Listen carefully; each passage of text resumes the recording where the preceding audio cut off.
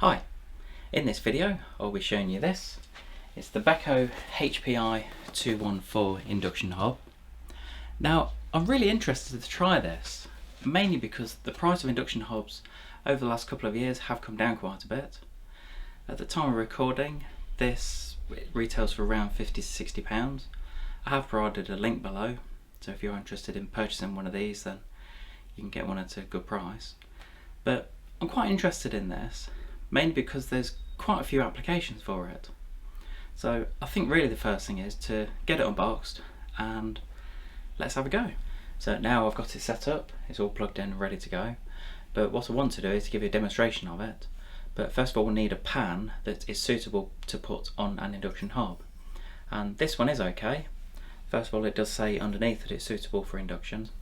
Now the best way to tell is if you just get a little magnet, stick it on the bottom there, and that one is clearly okay, and as long as it sticks then you should be okay on pretty much any type of induction hobs.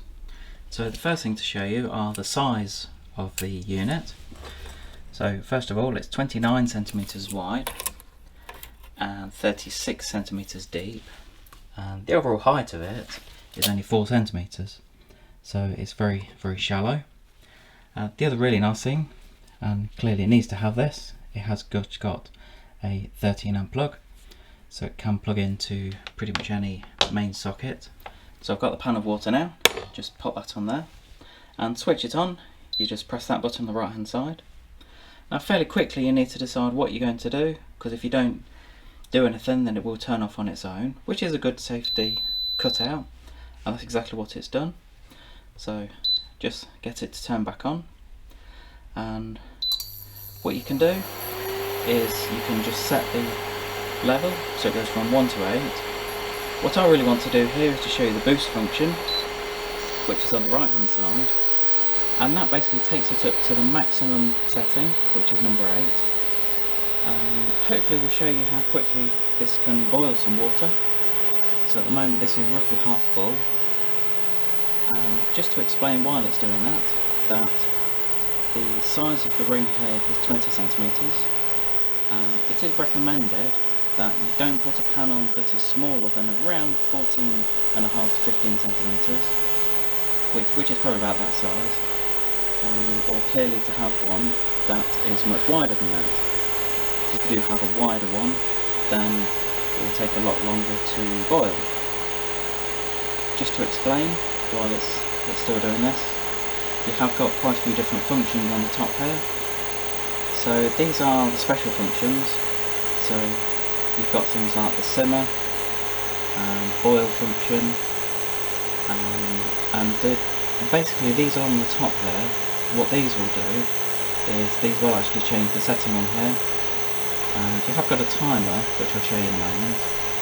And what these can do with the timer, you can actually have the pan on here for a certain time.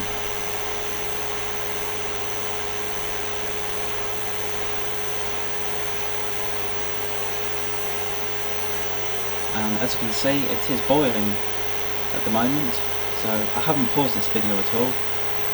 I just wanted to show you how quickly you can get the water up to the temperature. Really suitable. Yeah, so we're pretty much there.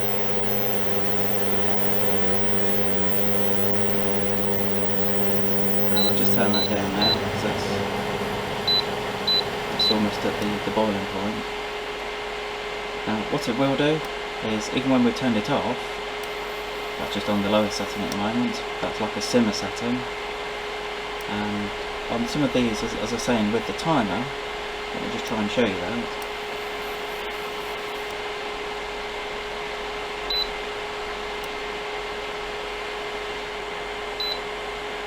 And what you can do with that, so that would be 10 minutes, and that will be on the setting, which is at number 1. And that's really good. So if you had, say, something that you knew you wanted to only have on a simmer setting for 10 minutes, then that will just count down. And then after that, it will turn off. And that's very good, because it can save you getting distracted, you're forgetting, and then it boiling over.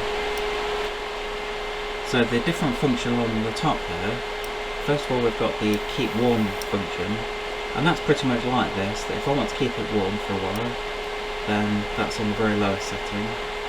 The next one is simmer, and that's good if you just want it on like a very low temperature. The next one along here is the boil, so that will get it up to temperature very quickly. The next one along here is the fry, and then next to that you've got the deep fry. And basically all of these, what they do is they will adjust the setting on here, and it will give you the ability to use the timer. Because some of them, like the boost on the right hand side that I showed you, you don't want to use the timer, because to be fair, you will be near the pan all the time. So the other thing to show you, when you turn it off, first of all it's got H, and that means it's hot, so that even if you were to take the pan off, although it's not really hot, clearly it's still got some residual heat within the glass, and so I wouldn't touch it at the moment, but that's a good warning indicator, especially if you have got children around. Then as long as they can read, then basically the H means hot. But what you'll also notice, and probably throughout the video, is that it's got a fan, and all that's doing is that space underneath, and it's trying to cool it down. Hopefully within a couple of minutes that should get down to a normal temperature if I was to remove the pan. So something else to show you, it has got a child lock facility on the left hand side, and when it's switched on you just press that button and it just stops any buttons being pressed. And then to stop it, you can't just press it once, you need to put your finger on it and hold it for a second. So I didn't do that long enough, that's it. And then so you need to hold it on there for a couple of seconds, and then that will release the child lock, and then you can just carry on using it as normal. So I suppose the main applications that people would use it for is in a kitchen. So if you are, say, short of hob space, especially around Christmas time where you need a lot of pans on the go, then this can be a really good addition to what you've already got. Some people will use it as the sole use, and what you can find, you could use it even if you're going camping or out and about. As long as you've got access to a main socket, then this could be a really good alternative to things like gas. So yeah, I'm actually really impressed with this, and as I say, I've provided a link below to show you where to get one at a good price. So I hope you've enjoyed this quick video on the Beko HPI214 Induction hob. Please give us a thumbs up on a YouTube video, leave any comments below. Thanks very much.